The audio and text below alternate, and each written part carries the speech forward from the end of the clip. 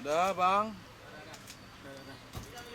Pada hari Senin tanggal 22 Desember 2025 terkait tindak pidana korupsi yang diduga terlibat dugaan korupsi dalam penjualan aluminium tahun 2018 sampai tahun 2024,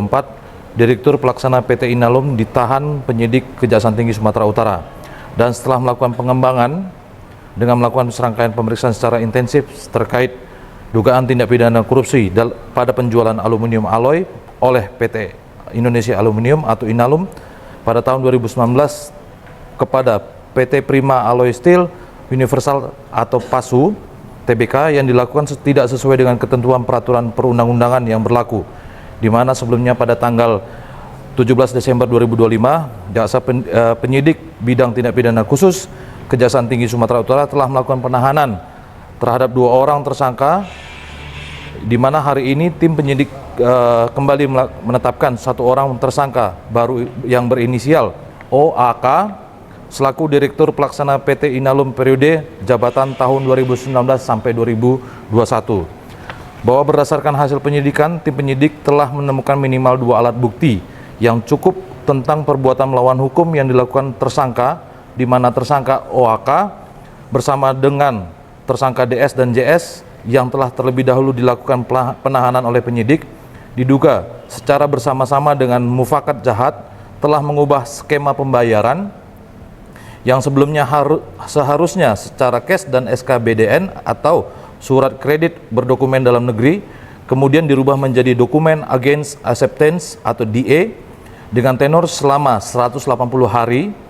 tanpa jaminan, sehingga PT PASU tidak melakukan pembayaran atas aluminium alloy yang sudah dikirim PT Inalum,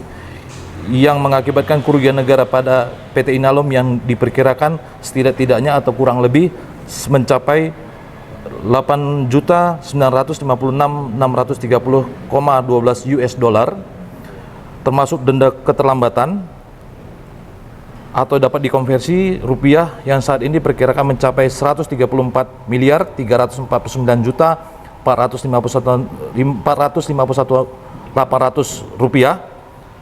Namun untuk kepastian nominal kerugian negara saat ini masih dalam proses perhitungan. Atas perbuatan tersangka dijerat dengan sangkaan melanggar pasal 2 ayat 1 subsidiar pasal 3 junto pasal 18 Undang-Undang Nomor 31 tahun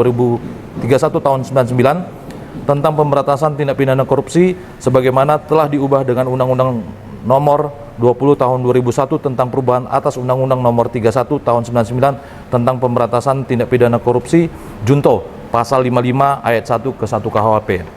Setelah pemeriksaan kesehatan kepada tersangka serta untuk menghindari tersangka mengulangi perbuatannya, menghilangkan barang bukti ataupun melarikan diri, penyidik tindak pidana khusus melakukan penahanan terhadap tersangka dengan surat perintah penahanan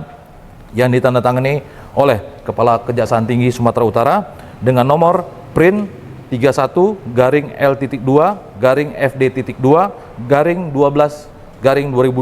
tanggal 22 Desember 2025 dengan perintah melakukan penahanan untuk 20 hari ke depan di Rutan Kelas 1A Tanjung Kusta Medan. Sebagaimana disampaikan sebelumnya bahwa tim penyidik terus bekerja melakukan pendalaman dan